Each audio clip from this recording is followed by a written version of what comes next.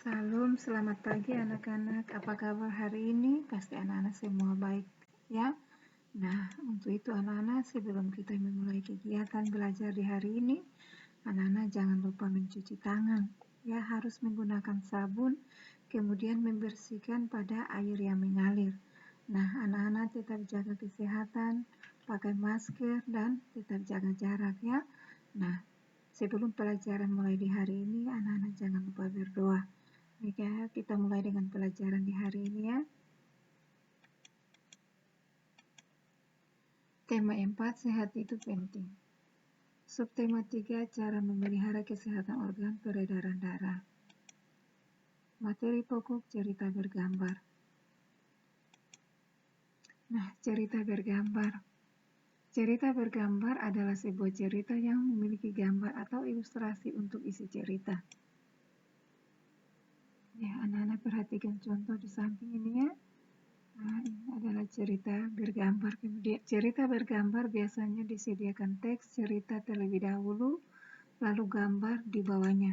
Contohnya seperti di bawah ini ya. Nah, duri landak yang menakutkan. Nah, ini ada ceritanya, baru gambar yang ada di bawahnya. Ya.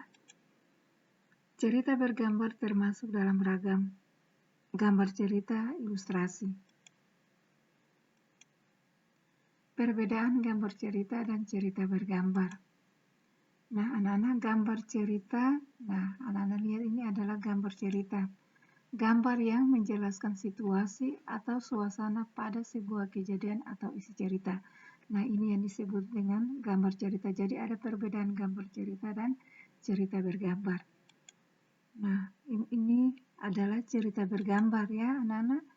Jadi cerita yang memiliki gambar untuk memahami isi bacaan, maka dibuatlah deskripsi dari cerita tersebut melalui sebuah gambar. Nah, contohnya seperti gambar yang ada ini ya, cerita bergambar ini. Itu adalah perbedaan gambar cerita dan cerita bergambar. Langkah membuat gambar cerita. Yang pertama, anak-anak harus tentukan ide atau gagasan atau tema yang akan dibuat. Kemudian, tentukan karakter tokoh utamanya dan karakter dari tokoh pembantunya yang ada di dalam cerita.